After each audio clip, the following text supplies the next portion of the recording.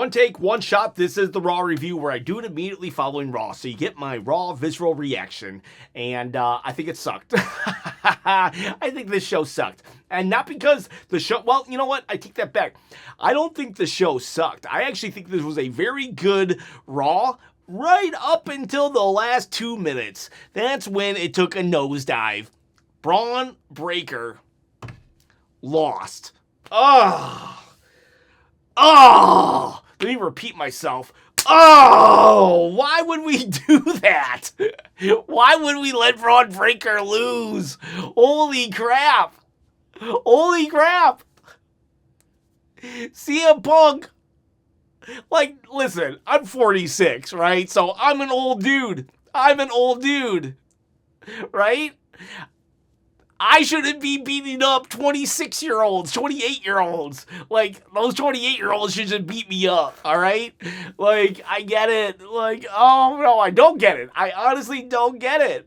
Like, could we not? Why can't we just put Braun Breaker over? Like, what? Why not? Because why? Because his promos aren't like he doesn't deliver a promo like The Rock because his promos aren't like exactly polished. That's part of his charm. Oh gosh, I just don't get it. Like, this was a good Raw right up until we job out Braun Breaker. And I already get it. I can already read the comments. Don't worry, he has a big future ahead of him. Don't worry. I don't know. Oh my gosh, like, he's not ready for it. It's just going to be that much sweeter when he wins at WrestleMania. And it's like, I don't want to wait till WrestleMania 53 when after everybody's had their retirement year and we can finally let some young guy get it. Like, did you know the last time someone under 30 had the belt, it was when Bray Wyatt, not The Fiend, Bray Wyatt beat John Cena in the Elimination Chamber. Like, when was that? Like, holy cow. This was a good Raw. Until, like... And you might be like, well, I don't like Braun Breaker. Okay, like, can we look at the bigger picture here? Like, why, like... I don't know. I can't even, like, what is the big deal about starting Raw on this, like, shaking things up, right? On Braun Breaker. We've already done the Braun Breaker. He announces himself, right? He spears Roman Reigns. He's the next big thing after WrestleMania, and then he becomes a bodyguard. Okay, fine. Then Braun Breaker, he spears Seth Rollins. We kick him out of the division. And then Logan Paul takes the spotlight. So finally, Braun Breaker, he beats CM Punk in War Games. He's about to become champion, and he cuts a really good promo where he throws the mic, and he's just so fired up and passionate, and he has something that's unsanitized that WWE lacks right now. Just something with some rough edges. Who's not perfect, who's not cookie cutter, who's like unpredictable, who adds an element of just chaos, and like he beats Seth, or he beats Punk at War Games, and it's like, yes, do it, pull the trigger, get someone under 40 to be the guy. And it's not, I'm not saying just because you're old you shouldn't be champion, but there has to be a healthy mix of both young and old and in the middle. Like, I'm not just saying because you're 40, you're disqualified. But I'm saying, like, just because you're under 30 shouldn't also mean you're disqualified. And it's like, so finally we're going to pull the trigger, and then he just loses. And not only does he lose, but he had his entire faction come out. His entire faction came out. And he still loses. Like, how am I supposed to take this guy serious? I know. All that needs to happen, like, it's just like 3 weeks of building him back up, and he'll be back to being a threat. But I don't know, man. There just comes a point when you just, sometimes you can just damage somebody. Sometimes you can just damage someone too much. Bray Wyatt was a perfect example of they would just get him to the brink of superstardom and then pull it back. Let's have Goldberg beat the Fiend. Let's have Randy Orton take the title off him. And it's just like, Braun Breaker, he's there, man. He's there. Oh, but he's still young. I don't give a crap how young he is. The Rock was young when he won the title. Like, Brock Lesnar was young when he won the title. But I'm pretty confident they had a pretty good career. Like, I'm pretty confident that it was, like, the right call. It's like, this was a good Raw. Honestly, it was until the last 2 minutes. But I'll tell you what. I would rather have a crappy Raw with a great ending than a great Raw with a crappy ending. Because at the end of the day, you ever eat a sandwich, right? Your last bite isn't the corner with the two sides of crust. No, you eat around, and then your last bite is like the middle of the sandwich when there's no crust, and it has the mayo that is like the most in that middle. The last bite has to be the best bite. And that was not, why? Come on, CM Punk. You know better. You know better than this. Like, I'm a CM Punk fan. I really am a CM Punk fan. But CM Punk, you were once Braun Breaker. What was that freaking pipe bomb that you delivered? How you were sick and tired of the old guard just gatekeeping, and it's a little different. I will agree. CM Punk is here way more than The Rock was back at that time frame. But it's like, it's the point. Why did we? Oh my gosh. Drew McIntyre's totally going to lose on Friday too. He's totally going to lose on Friday now. Oh my gosh.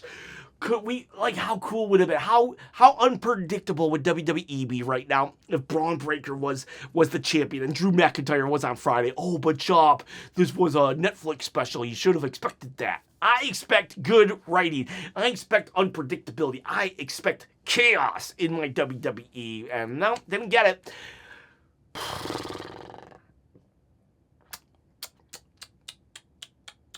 Braun Breaker.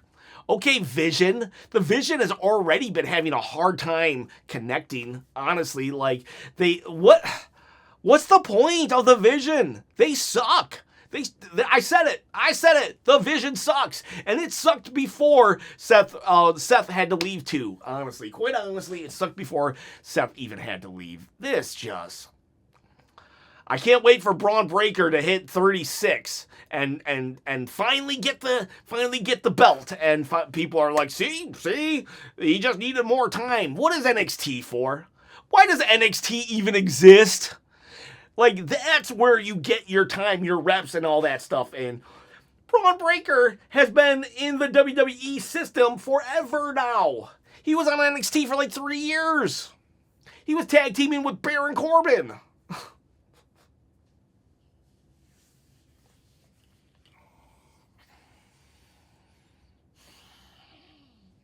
He loses clean. He lost clean. That was a clean loss. Not just a clean loss, but he sent out the entire Vision. Paul Heyman distracted twice. There was a referee bump. He loses. He lost. Oh my gosh, he lost. This was it, man. We could have crowned a young buck as a champion. What, you couldn't let him lose it at Royal Rumble? If you like storyline, the only storyline that was really like something was Raquel Rodriguez. Raquel Rodriguez, to me, was the star of the night. She attacked Stephanie Fakir. Stephanie had like a boot on, like a leg brace on, and she just attacked her. She wailed her. She attacked that leg, and Adam Pearce is like, oh, just pour yourself a drink, Adam Pearce. Get out of the way. I remember a time when wrestlers like you, and then Corey Graves is like, she should go through the proper channels. No, she shouldn't. I remember a time when Stone Cold Steve Austin would do home invasions and Brian Pillman would get a gun. Not saying we gotta go that far, but I remember when Stone Cold Steve Austin put a gun to Vince McMahon's head and he peed himself, and bang, it was just like a flag. I remember beer baths. That's how you get a championship.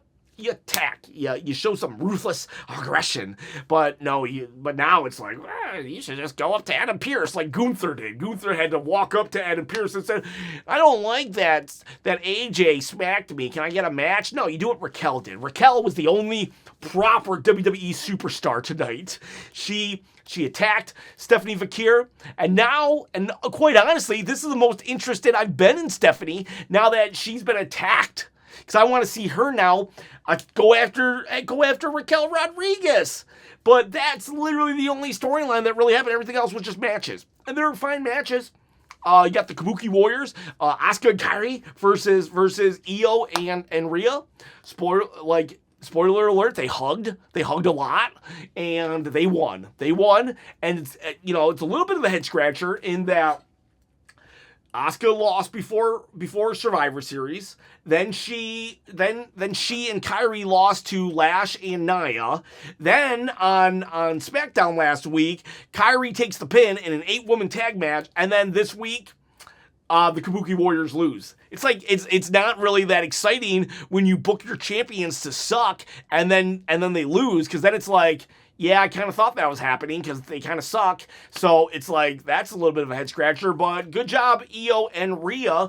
Like, it was probably the right call, but the wrong call was booking the Kabuki Warriors to suck for the last month. And then what else happened? They lost their War Games too, by the way. Becky Lynch, best in the world. That's not just me saying it. That's Sports Illustrated. She won against Maxine Dupree. That was a good match. They have really good chemistry. Maxine Dupree she cuts a good baby face.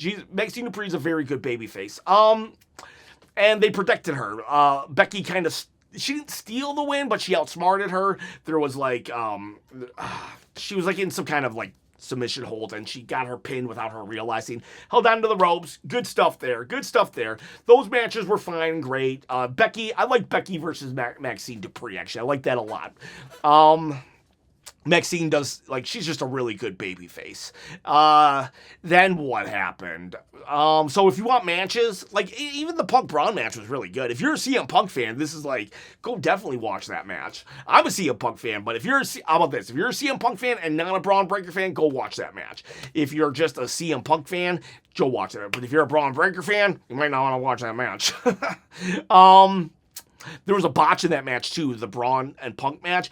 But I'm glad they botched it, right? And Punk didn't sell. You don't sell a botch. People need to learn that. You don't sell a botch. Lyra versus Liv Morgan. That also happened. That also was a good match. Liv Morgan won on a distraction when Crazy Bayley chased what's her name back? Roxanne Perez. So that was pretty much Raw. Gunther came out and he did the thing where he riles everybody up and they boo him. AJ, though, comes out. I like this. This was funny. AJ kept trying to tell Gunther to shut up, and every time he tried to talk, Gunther would just talk, and so it was very disrespectful. And then one time, Gunther's a good couple feet above him. He bends down. He's like, "What is little AJ gonna do?" And then AJ slaps him. I don't know why that didn't break down into something, but then AJ just leaves and Gunther just watches. So, back in my day, me yelling at a cloud, they would have got a beer hose and just sprayed each other, or chased him down with a Zamboni, or filled his car with cement. For a modern day Raw, this is good. That's when I'm going to start judging things off. This is a modern day Raw. Modern day Raws will never be as good as Ruthless Aggression or Attitude Era. So I need to judge it on modern day standards. And modern day standards means I just gotta accept boring. or lackluster, because seriously, only that, to me, that's not even really an angle. I'm talking and I got you upset, so you came out and slapped me. That's barely a story. That's barely a story. And I mean, you could maybe say the same thing with Raquel, but it's the way how Raquel attacked. She didn't just attack her and then leave. She attacked her and she attacked an injury, which is like, oh my God, I can't believe you do that. And then she attacked her again in the same injury. Honestly, I would have attacked her a third time, like had her in the doctor's room or whatever. And then we had the final match, which again, all 4 matches were good if I were to like take my emotions out of it. But here's the thing. Wrestling is about emotions. Like some people will be like, why are you so mad? Like, that's what wrestling is, man. Like wrestling should get us mad or wrestling should get us like cheering. One of the two. So WWE succeeded at least in getting me upset. I am upset that Braun Breaker lost, but that's a good thing. On some weird level, that's a good thing. But it doesn't make me any less upset, any less mad at Triple H. But he got a reaction out of me. So, like, don't ever not have a reaction. Like, it would suck even more if I didn't have a reaction, to tell you the truth. But that said, this sucks. This sucks, and Triple H, you made a bad call. Straight up. That's what I think. How many chops? How many commercials was it? I didn't even look at this, did I? It was like 9 commercials. No, 12 commercials. 12 commercials, 7 yawns. 9 commercials, 7 yawns. 1, 2, 3, 4, 5. If Braun would have won, I would have given this a 9. Honestly, honest to God, I would have given it a 9. So, like, 5, 6. I'm giving it a 6. I don't care. Like, that was a bad call at the end. We should have given it to Braun Breaker. Oh, but they have storylines. So read, like, there's a thing called pivoting. Remember when you were able to pivot from The Rock to Cody? It's because, do it again. That was one of the best storylines of all time. When we got The Rock beating the crap out of Cody in the parking lot. It's like Triple H is like, oh, I don't listen to fans. We shouldn't listen to fans. But the one time you did listen to us, you had one of the best WrestleManias of all time. Should have gave it to Braun Breaker. 6 chops. Go leave a hot take.